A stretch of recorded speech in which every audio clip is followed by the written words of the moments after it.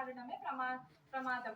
పలుచగా ఉండే ఈ ప్లాస్టిక్ వస్తువులను అతిగా వాడి ఎక్కడ పడితే అక్కడ పాడేయడం వల్ల, వీటిని రీసైకిల్ చేసే అవకాశం లేకపోవడం వల్ల భవిష్యత్తులో పెను ప్రమాదమే ఎదురవుతుందని పర్యావరణ హితులు భయపడుతున్నారు.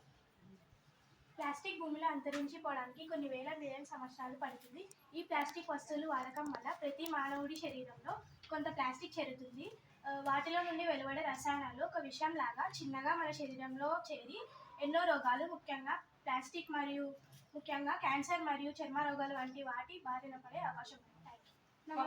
పాలిమర్స్ అనే రసాయనాల ద్వారా ప్లాస్టిక్ పదార్థాలు తయారవుతాయి. ప్రపంచవ్యాప్తంగా సుమారు 100 మిలియన్ టన్నుల ప్లాస్టిక్ ఉత్పత్తి అవుతుంది. సాధారణంగా ప్లాస్టిక్ హానికరమైనది కాదు, కానీ ప్లాస్టిక్ సంచుల తయారు విషయానికి వచ్చేసరికి మాత్రం హానికరమైన రంగులు, రసాయనాలు, ప్లాస్టిసైజర్లు కలుపుతున్నారు. ఈ రసాయన రంగుల్లో ఆరోగ్యాన్ని హాని చేసే క్యాడ్మియం, సీజం వంటివి ఉన్నాయి. ఇవి భూమిలో కలిసిపోవు, పైగా భూమి యొక్క సారాన్ని నాశనం చేస్తాయి. అంతేకాకుండా ఎన్నో జంతువులు ప్లాస్టిక్ వస్తువులలోని ఆహారం తినడం వల్ల ఆ ప్లాస్టిక్ వస్తువులో రిలీజ్ చేసే రసాయనాల వల్ల అవి మరణానికి గురవుతున్నాయి.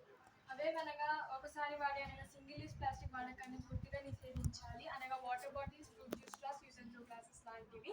Use and throw glasses single use plastic అంటే ఇది షాపింగ్కి వెళ్ళేటప్పుడు పేపర్ బ్యాగ్ లేదా బట్ట సంచులను వాడాలి.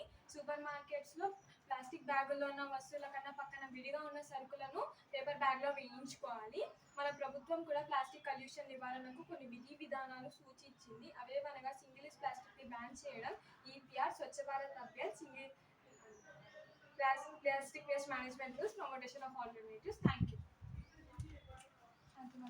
సజెషన్